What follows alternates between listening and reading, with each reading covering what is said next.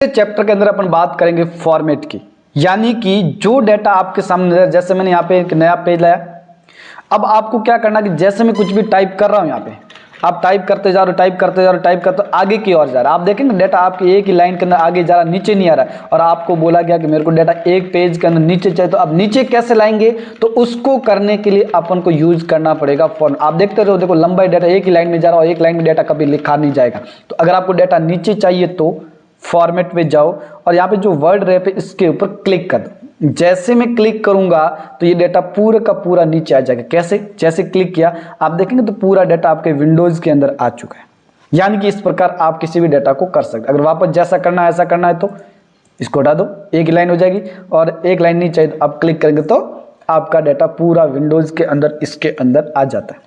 दूसरी चीज इसके अंदर रहती है कि आपको बोला गया कि मेरे को भाषा चेंज करना है, इसकी डिजाइन चेंज करना है, इसके स्टाइल चेंज करना। माना कि मेरे को हिंदी में कुछ करना है तो आपको फॉन्ट पे जाना है। जैसे मैं फॉन्ट पे जाऊंगा तो इसके अंदर तीन ऑप्शन आपको नजर आ रहा है। पहला आपका फॉन्ट है, दूसरा आपका फॉन्ट स्टाइल है, तीसरा आपका साइज है।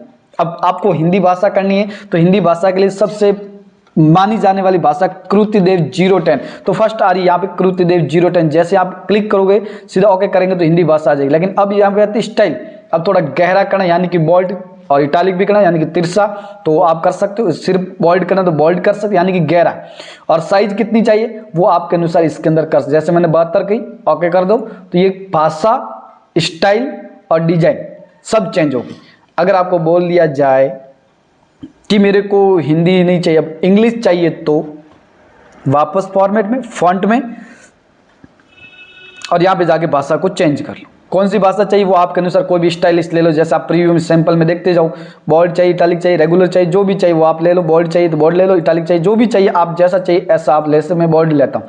साइज थोड़ी कम करनी तो कम कर दो, सीधा ओके कर दो, तो आपका डाटा इस प्रकार हो जाएगा। यानी कि फॉर्मेट का काम होता है भाषा को चेंज करना, डिजाइन चेंज करना, स्टाइल चेंज करना। अगला आता है व्यू। व्यू का मतलब होता है देखना। अब किसको देखना है? इस डेटा को। कैसे? अब इसमें देखेंगे जूम। जूम इन का मतलब होता है पेज को बड़ा करना। जूम आउट का मतलब होता है पेज को छोटा करना। रिस्टोर डिफॉल्ट जूम का मतलब होता है जिस अवस्था में पेज है अभी उसी अवस्था में वापस लाना। जैसे मैं यहाँ पे क्लिक करके करूंगा तो भी चलेगा, या फिर कीबोर्ड के द्वारा भी कर सकते हो कंट्रोल++ के साथ, या फिर कंट्रोल के साथ माउस के स्क्रॉल के साथ। जैसे मैं कंट्रोल कीबोर्ड का दबा के रखा और माउस का स्क्रॉल बटन करूंगा तो देखेंगे तो आपकी साइज इसकी बड़ी हो रही है। साइज बड़ी किसकी हो रही है? पेज की। आपको कैसे पता चलेगा पेज की साइज बड़ी हो रही है? तो आप देखेंगे स्टेटस बार के अंदर 500% आपको नजर आ रहा है। अगर छोटा करना है तो कंट्रोल साथ बैक स्क्रॉल, यानी कि जैसे मैं बैक स्क्रॉल करूंगा तो यहाँ पे देखेंगे तो साइज छोटी हो रही है। जैसे मैंने कर दी यहाँ पे 100%, यहाँ पे कम कर दी, बहुत छोटी कर, 10% कर दी यहाँ पे। और आपको बोला गया कि मेरे को जिस अवस्था में पेज था उस अवस्था में वापस लाना है तो व्यू में जाओ, जूम में जाओ और रिस्टोर डिफॉल्ट जूम पे क्लिक कर दो। ये हो जाएगा आपका डेटा जिस अवस्था में था, यानी कि 100% के अंदर। अब आपको बोला गया इस स्टेटस बार को हटाना है, या फिर कई बार क्या होता है किसी में स्टेटस बार होता ही नहीं।